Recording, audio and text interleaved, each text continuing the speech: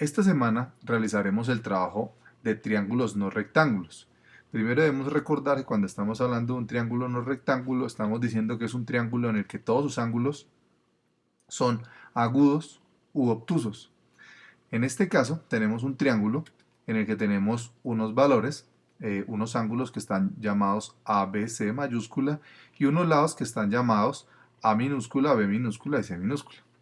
Para poder resolver esos triángulos vamos a utilizar los dos teoremas más famosos, el teorema del seno y el teorema del coseno. Lo importante de esta primera semana es poder identificar cuándo puedo hacer uso de uno u otro teorema. El teorema del seno establece una relación entre cada uno de los lados con su ángulo, por eso la fórmula aparece así: A sobre el seno de A, B sobre el seno de B y C sobre el seno de C. Aunque nunca trabajamos las tres parejas, siempre escogemos dos en cada caso, ya veremos cómo se hace la solución. Y en el teorema del coseno lo que se establece es una relación entre los lados y el ángulo que se encuentra entre ellos. Por eso la fórmula que aparece ahí establece que un lado depende de los otros dos lados y del ángulo que es opuesto a ese lado. ¿Qué es lo que debemos poder identificar para esta semana? Primero, ¿cuándo puedo utilizar el teorema del seno? Siempre que conozca una pareja de valores en las que conozca el valor de un lado y su ángulo opuesto. Es decir, vamos a tomar el primer ejemplo. Si conozco el valor de la pareja A, o sea, el lado A, que es la A minúscula y ángulo A, puedo utilizar el teorema del seno, sin importar si el otro valor que conozco es el lado B, el lado C, el ángulo B o el ángulo C. El siguiente caso es si tuviera la pareja del lado B y el ángulo B. Yo podría utilizar el teorema del seno, sin importar si conozco el lado A, el lado C, el ángulo A o el ángulo C. Y la última pareja que podría conocer es la pareja de lado C y ángulo C. Sin importar cuál de los otros valores conozca, podría utilizar el teorema del seno. Entonces, definitivamente, para poder utilizar el teorema del seno debo conocer una pareja de valores, su lado y su ángulo opuesto. Esa es la única condición que me permite utilizar el teorema del seno. Ahora, para utilizar el teorema del coseno tengo dos posibilidades. La primera es que conozca los dos lados y el ángulo entre ellos, y la segunda es que conozca los tres lados. El primer caso sería que conociera estos tres valores: el valor del lado A, el lado B y el ángulo C, que es el ángulo que se encuentra entre ellos dos. La segunda opción sería que conociera el lado A, el lado C y el ángulo B que se encuentra entre los dos, como se aprecia en la figura. Y la otra opción sería que encontrara o que conociera el lado B, el lado C y el ángulo A que se encuentra entre esos dos. Esas son las tres opciones para cuando yo conozco los dos lados y el ángulo que se encuentra entre ellos. Y la última opción en la que yo puedo utilizar el teorema del coseno es el caso en el que conozca el valor de los tres lados de la figura, el lado A, el lado B y el lado C.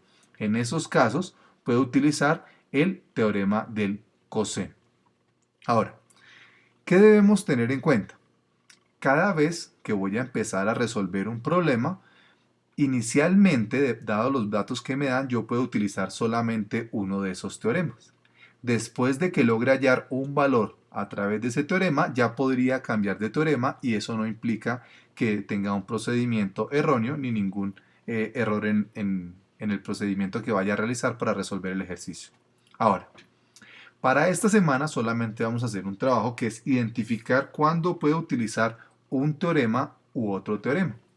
Entonces recordamos, para el teorema del seno vamos a utilizar siempre que conozcamos la pareja de un lado y un ángulo opuesto, y para el teorema del coseno debo conocer dos lados y el ángulo entre ellos o tres lados.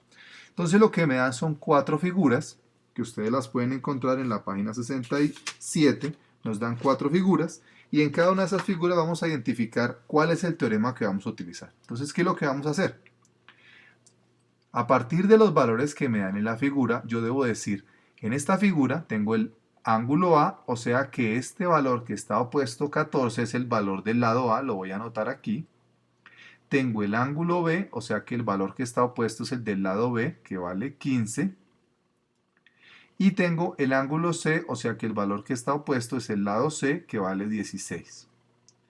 Después de ubicar los valores que me está suministrando el ejercicio, voy a identificar ¿Cuál de los dos teoremas puedo utilizar? Si el del seno o del coseno. Como ven, tenemos el valor de los tres lados. Cuando tengo el valor de los tres lados, debo utilizar el teorema del coseno. Entonces aquí vamos a colocar, ¿qué teorema vamos a utilizar? El teorema del coseno. ¿Y cuál es la justificación? Porque conocemos los tres lados. Perfecto, ya habremos resuelto el primer ejercicio. No vamos a hacer ningún procedimiento, todavía no vamos a empezar a hallar el valor de los ángulos que me hacen falta. Para el segundo ejercicio que me dan aquí en esta figura de color verde, entonces me dicen, me están dando esta información, voy a mirar a quién pertenece o quién es cada información. Este 11 que se encuentra aquí está opuesto al ángulo A, o sea que es el valor del lado A, lo voy a colocar aquí, lado A vale 11. Este 10.5 que se encuentra opuesto al ángulo B es el valor del lado B, entonces voy a colocar aquí 10,5. Y este ángulo que se encuentra acá pertenece al ángulo C, que es 35 grados. Como podemos ver, tenemos dos lados y el ángulo que se encuentra entre ellos, es decir, ninguno de ellos coincide, lado A, lado B y ángulo C. Como tenemos los dos lados y el ángulo que se encuentra entre ellos, vamos a utilizar también para poderlo resolver, si lo fuéramos a resolver, el teorema del coseno.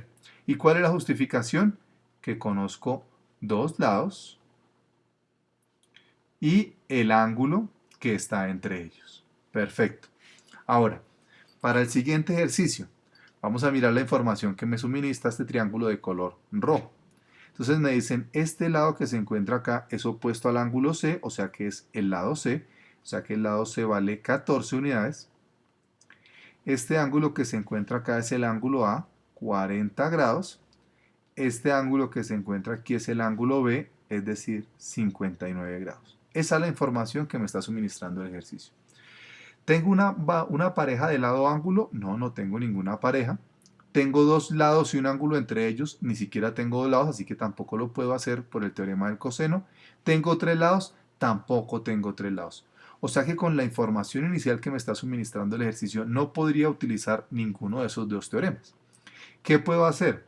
Utilizar herramientas que ya he aprendido, como por ejemplo, que yo siempre que conozco dos ángulos de una figura, conozco los tres.